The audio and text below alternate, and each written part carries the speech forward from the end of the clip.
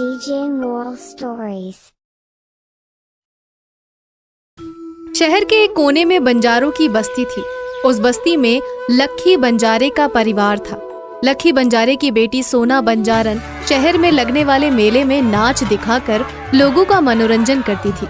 सोना बंजारन का घूमर नाच देखकर लोग दंग रह जाते थे और उसकी वाहवाही किए बिना रह नहीं पाते थे। वाह वाह, सोना बंजारन वाह, क्या नाचती है भाई। तू तो सचमुच सोना है सोना बंजारन। लगता है कि अब तो मुझे लक्खी बंजारे से मिलना ही पड़ेगा। ओए राम जी, तो फिर देर काहे करत हो अभय बाबू, जल्दी से मिल ले ना। अभय एक गांव के बड़े जमींदार अजय ठाकुर का छोटा भाई था। अभय और सोना एक दूसरे को बहुत पसंद करते थे और शादी भी करना चाहते थे। इसीलिए अभय लक्खी बंजारे के घर सोना का हाथ मांगने के लिए जाता है। और अब्बा भला करे अभय बाबू, सोना का शादी तो मैं तुझसे कर दूं, मगर इस बंजारन को तेरे घर वालों ने जमींदानी मानने से इनकार कर दिया तो मेरी जिम्मेदारी है बाबा। अभय की जबान पर विश्वास करके लक्खी बंजारा अपनी बेटी सोना को अभय के साथ ब्याह देता है और अभय बंजारन को दुल्हन बनाकर जैसे ही घर पहुंचता है, उसका बड़ा भाई अभय ठाकुर उसे घर के दरवाजे से ही वापस लौटा देता है। इस घर में बंजारन को बहू बनाकर लाते शर्म नहीं आई तुझे? अब ये बंजारन मेरी पत्नी है भैया। चुप कर नादान, इस बंजारन के लिए मेरे घर में कोई जगह नहीं है। अगर इसके साथ रहना है तो कहीं भी जाकर रह, मगर इस घर की तरफ भूल कर भी मुंह मत करना। ये सुनकर सोना बंजारन को बहुत दुख होता है और वो रोते हुए अभय से कहती है, ओए राम जी, शहर से ही गांव में बहू बनकर तो आ गई, पर अब का होएगा, कछु तो करना ही पड़ेगा। ये गांव में ही बस कर दिखाएगी सोना बंजारन। हाँ शाबाश सोना शाबाश, मुझे तुझसे यही उम्मीद थी। हम कहीं झोपड़ी डालकर रह लेंगे, पर रहेंगे यहीं। फिर वे दोनों गांव के बाहर एक झोपड़ी बनाकर उसमें रहने लगते हैं और सोना बंजारन गांव में औरतों के सजने संवरने का सामान बेचने लगती है। अरे ओ बहनों, आ गई सोना बंजारन। ले लो टीका, बिंदी, क्रीम, पाउडर, लिपस्टिक और नेल पॉलिश। सुहागिन के सजने संवरने के सामान का चलता फिरता दुकान है। हाँ आओ जी आओ, जल्दी जल्दी सामान ले लो, इससे पहले कि हम यहाँ से चलते बने। हाँ सोना बंजारन की आवाज देते ही कई घरों के दरवाजे खुलते हैं और नौजवान औरतें घरों से निकलकर सोना को घेर कर बैठ जाती हैं। ए सोना, नेल पॉलिश तो दिखाना जरा, किन किन रंगों की है? हाँ हाँ दिखाती हूँ। मुझे अच्छी वाली लिपस्टिक दिखाना। और मुझे सुंदर सी बिंदिया चाहिए सोना बंजारन। अरे अरे सब कुछ मिलेगा, जरा धीरज तो धरो बहनों। एक दिन सोना जंगल के रास्ते से एक गांव में सामान बेचने के लिए जा रही थी कि तभी उसकी नजर सूखी घास में लगी आग पर पड़ती है। आग के बीचों बीच एक नागिन गहरी नींद में सोई पड़ी थी। ये दृश्य देखकर बेचारी सोना का हृदय कांप जाता है और वो कहती है, ओए राम जी, ये नागिन तो आग का बीच में सोई पड़ी है, इसका प्राण तो हमका बचाना ही पड़ेगा। हाँ ये कहकर सोना बंजारन अपने सिर पर रखी टोकरी को जमीन पर रख देती है और फिर हिम्मत करके आग में से गुजरते हुए नागिन को उठा लाती है। वो नागिन को झील के किनारे छोड़ते हुए कहती है, लो नागिन मैया, अब जहाँ जाना चाहो जा सकत हो, अब तुमरा जान को कोई खतरा नहीं है। हाँ ये कहकर सोना जैसे ही अपनी टोकरी उठाने लगती है, तभी नागिन एक सुंदर औरत का रूप ले लेती है और सोना ये देखकर दांतों तले उंगली दबा लेती है। ओए राम जी, तुम तो इच्छाधारी नागिन हो। हाँ, मैं एक इच्छाधारी नागिन हूँ। आज तूने इस आग से मेरे प्राण बचाकर मुझ पर बहुत बड़ा एहसान किया है, इसीलिए मैं तुमसे बहुत प्रसन्न हूँ और तुम्हें ये कांच की डिबिया देना चाहती हूँ। ये सुनकर सोना कहती है, ई डिबिया का हम का करेगी नागिन मैया? तुम जब जब इसका ढक्कन खोलोगी तब तब तुम्हें इसमें से एक चमकदार कीमती पत्थर मिलेगा। हमका कोई कीमती पत्थर वत्थर चाहिए तो नहीं नागिन मैया, पर फिर भी तुम्हारा खुशी का खातिर इसको ले लेते हैं हम। हाँ ये कहकर सोना उस कांच की डिबिया को लेकर चलने लगती है, मगर तभी नागिन फिर से बोल उठती है, सुनो सोना बंजारन। ओए राम जी, अब कहाँ है मैया? अगर तुम पर कोई संकट आ जाए तो इस झील पर आकर मुझे आवाज दे देना। सोना उस कांच की डिबिया को लेकर घर आती है और फिर एक कपड़े में बांधकर झोपड़ी की छत में ठूसते हुए कहती है, हम का करना किसी कीमती पत्थर का, हमरा पति तंदुरुस्त रहे बस। हाँ, उनका साथ तो इस झोपड़ी भी हमरे लिए महल से कम नहीं है। हाँ। समय बीतता जाता है और एक बार अभय को लंबी बीमारी घेर लेती है। सोना उसके इलाज के लिए जगह जगह से रुपयों का इंतजाम करने की कोशिश करती है, मगर जब कहीं से भी पैसे नहीं मिलते, कोई भी उसकी मदद करने को हाथ नहीं बढ़ाता, तो वो हार कर उसी कांच की डिबिया को उठाकर उसका ढक्कन खोलती है। सोना जैसे ही ढक्कन खोलती है, सच में ही उसकी आंखें चौंधिया जाती हैं। ओए राम जी, ये पत्थर तो सूरज जैसा चमक रहा है। भल्ला शराफतिया उस गांव का मशहूर सुनार था। भल्ला कहने में तो शराफतिया था, मगर था बहुत बदमाश। वो लोगों को लूटने का कोई मौका नहीं चूकता था और साथ ही लोगों की जबान बंद करने के लिए लठैत भी रखता था। सोना कीमती पत्थर लेकर उसके पास जाती है तो वो उस पत्थर को देखकर हैरान रह जाता है, मगर फिर खुद को संभालते हुए कहता है, कसम ईमानदारी की गरीब जमींदारी, इस पत्थर को तो मैं खरीद तो लूंगा, पर 1000-2000 से ज्यादा नहीं दे सकूंगा। ये सुनकर सोना को ताज्जुब होता है और वो भल्ला शराफतिया से कहती है, ओए राम जी, का बोला? इसका 2000 मिल सकता है? कसम ईमानदारी की 2000 तो दे ही दूंगा मैं। तो जल्दी से दे दो सेठ। सोना भल्ला शराफतिया से 2000 लेकर चली जाती है और फिर उसके जाते ही भल्ला शराफतिया उस पत्थर को देखकर हंसते हुए कहता है, कसम ईमानदारी की लुट गई बंजारन, लाखों का हीरा और 2000 में। सोना बंजारन इस बात से अनजान ही थी कि जो पत्थर वो भल्ला शराफतिया को बेच कर आई है वो एक कीमती हीरा है और उसकी कीमत हजारों में नहीं बल्कि लाखों में है। उसे किसी तरह का लालच नहीं था, उसे तो बस अपने बीमार पति के इलाज के लिए पैसे चाहिए थे।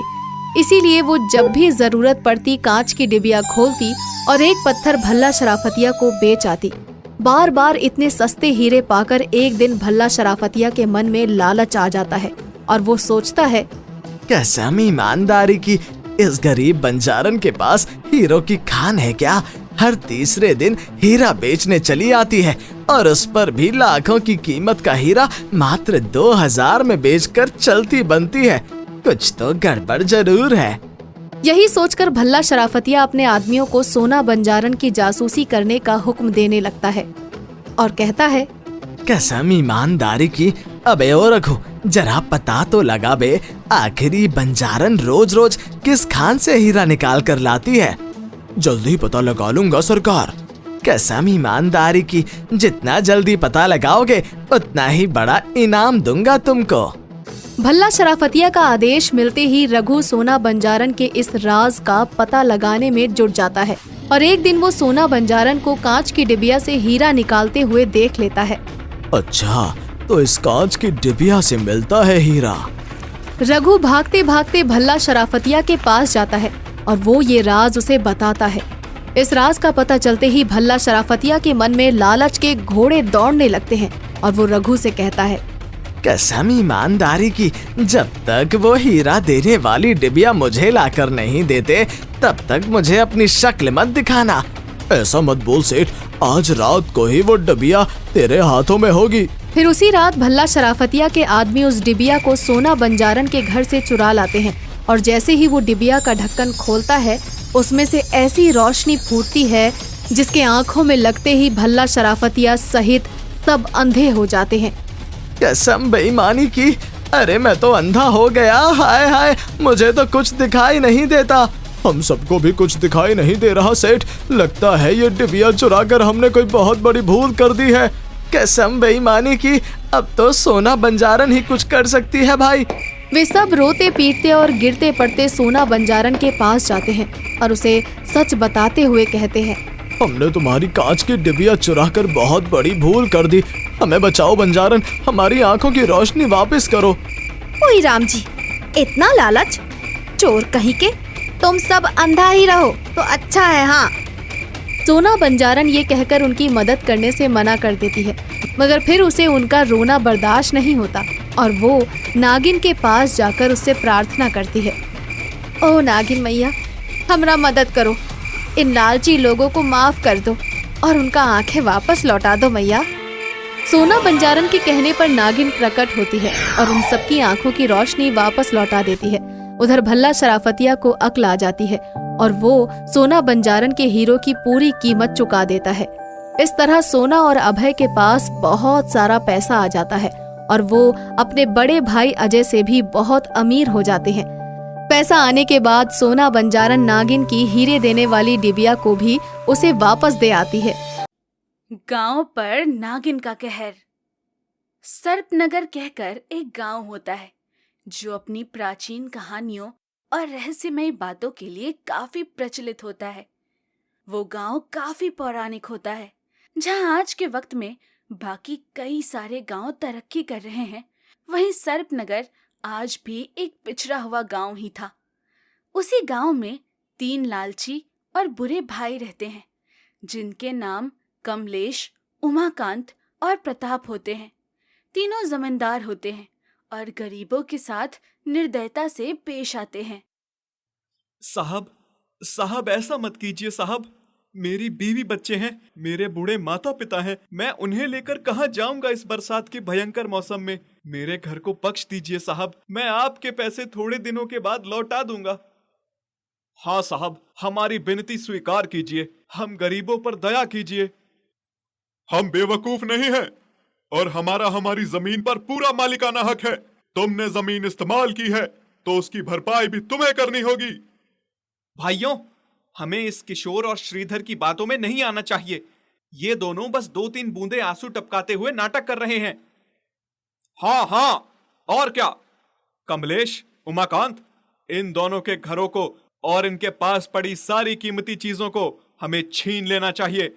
फिर चाहे ये बारिश में जिएं या मरें, हमें कोई फर्क नहीं पड़ता। कठोर तीनों जमींदार भाई बेचारे गरीबों की जरा भी नहीं सुनते और उनके घरों को और उनके सारे कीमती सामानों को छीनकर उन्हें सड़क पर लाते हैं।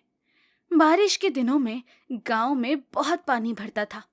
एक दिन तीनों भाइयों से मिलने उनके चाचा जी तेजेंद्र आते हैं। तेजेंद्र उनके साथ आते आते हुए एक हादसे के बारे में बताते हैं। क्या? ये आप क्या कह रहे हैं चाचा जी? आपके ऊपर एक नाग हमला करने वाला था, वो भी इसलिए क्योंकि आपने उसे मारने की कोशिश की। लेकिन तेजेंद्र चाचा, ये नाग नागिन होते भी हैं। अब तुम जैसे अय्याशों को क्या खबर दुनियादारी की। अरे मूर्खो, तुम जिस गांव में जिस जमीन पर रहते हो, ये गांव एक समय पर नाग नागिनों का गांव हुआ करता था। उसके बाद 7 लोगों का विभाजन हुआ और सारे नाग नागिन नागलोक में चले गए। इसीलिए ही तो इस गांव का नाम आज भी सर्पनगर है। क्या?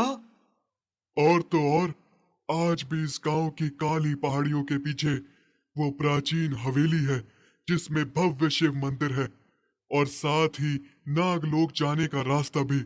और उस शिव मंदिर में ही है तिलिस्मी शक्तियों से संपूर्ण दिव्य नागमणि। अरे वाह, फिर तो हम उस नागमणि को चुरा सकते हैं। हाँ यार प्रताप, एक बार अगर वो नागमणि हमारे हाथ आ गई तो हम पूरे सर्पनगर ही नहीं, पूरी दुनिया, पूरे ब्रह्मांड पर राज कर पाएंगे। मुझे तो अभी से ही सपने आ रहे हैं। तभी तेजेंद्र कमलेश के सिर पर मारते हुए कहता है, अरे मूर्ख, उस हवेली में जाना इतना आसान नहीं है। वहां जाना साफ मना है, वरना बहुत गलत होगा। लेकिन तीनों लोभी भाइयों को तेजेंद्र की चेतावनी से कोई फर्क नहीं पड़ता। वो तीनों काली पहाड़ी के पीछे की हवेली के पास जाते हैं। तभी द्वार पर उन्हें एक पुजारी रोक लेते हैं। रुक जाओ, तुम तीनों अंदर जाने का दुस्साहस कभी मत करना। अगर तुम अंदर चले गए तो अनर्थ हो जाएगा। अबे ओ पुजारी, तेरे अनर्थ की तो ऐसी की तैसी। चल दफा हो यहां से। बड़ा आया। हाँ। तीनों उस पुजारी को धक्का देकर उस हवेली के अंदर जाते हैं और तभी वहां पर शिव जी की शिवलिंग पर स्थित दिव्य नागमणि दिखाई देती है और साथ ही हर तरफ ढेर सारा सोना पड़ा हुआ दिखाई देता है। उनकी आंखें लालच से चमक उठती है और वो सारा धन अपने झोले में भरने लगते हैं और नागमणि को भी शिवलिंग से उठाकर अपने पास रख लेते हैं।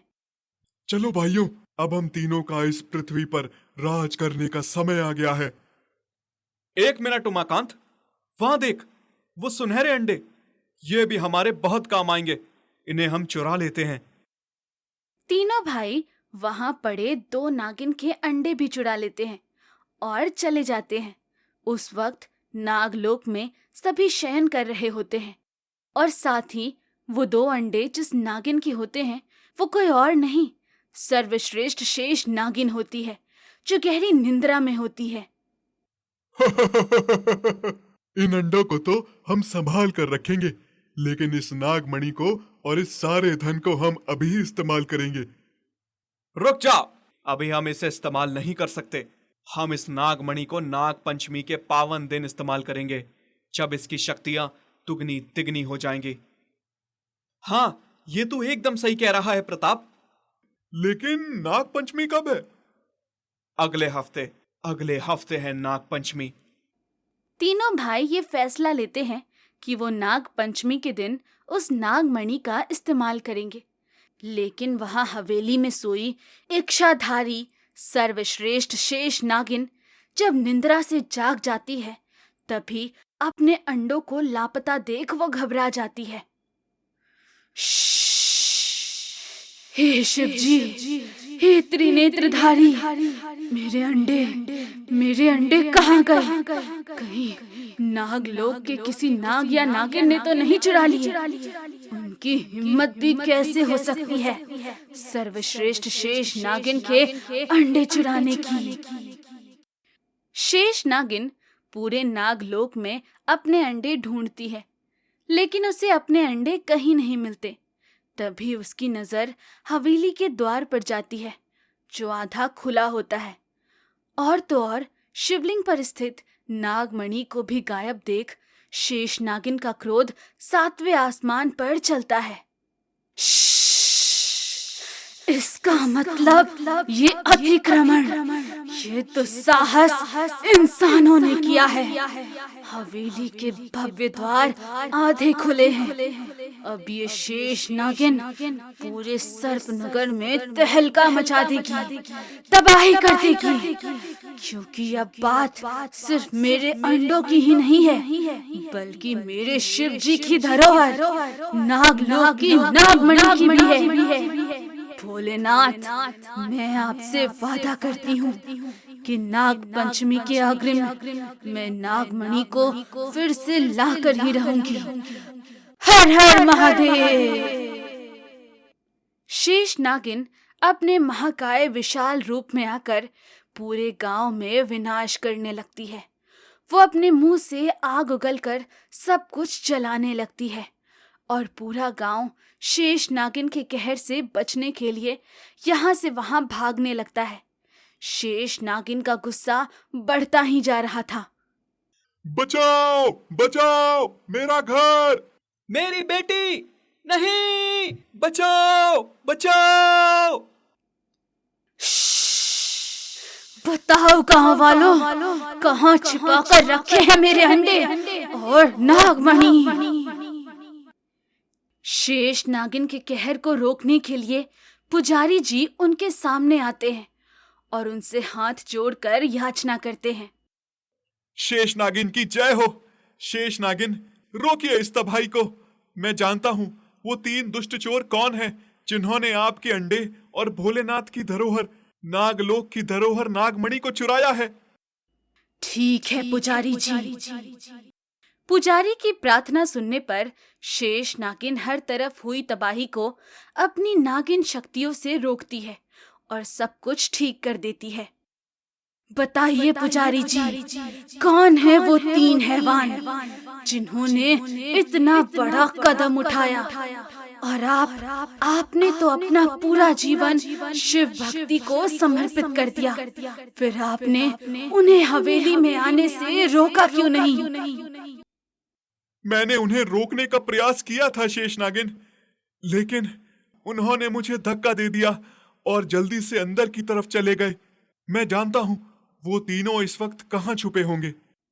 तीनों भाई अपनी नई हवेली में होते हैं, जहाँ पुजारी जी आकर उनसे कहते हैं, तुम तीनों का खेल अब खत्म हो चुका है, क्योंकि काल खुद तुम तीनों का सर्वनाश करने आया है। अबे ओ पुजारी, चल निकल यहाँ से, वरना तुझे हम तीनों कुचल देंगे। कुचलूंगी तो मैं, वो भी तुम तीनों को। नहीं नहीं नहीं। क्यों? सूख गया गला, थम गई सांसें, खिसक गई पैरों तले जमीन। बड़ी होशियारी से मेरे अंडे, नागमणि और मंदिर का धन चोरी किया ना तुम तीनों ने। अब देखो एक नागिन का वार, क्योंकि मैं हूँ सर्वश्रेष्ठ शेष नागिन। इच्छाधारी शेष नागिन अपनी मोटी और विशाल पूंछ से उन तीनों को उड़ाती है और उन्हें कस के पकड़ लेती है। नहीं, छोड़ दो मुझे, छोड़ो।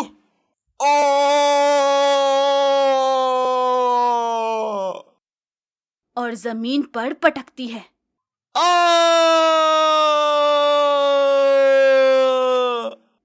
जिसके बाद वो तीनों शेष नागिन को नागमणि, अंडे और धन वापस लौटाते हैं। ये लीजिए शेष नागिन, आपके अंडे, नागमणि और ये सारा धन। इस बार तो मैं तुम तीनों के प्राण बख्श रही हूँ, लेकिन अगली बार अगर तुम तीनों में से किसी ने भी फिर से हवेली की तरफ आंख उठाकर भी देखा तो मैं वहीं तुम्हें खत्म कर दूंगी।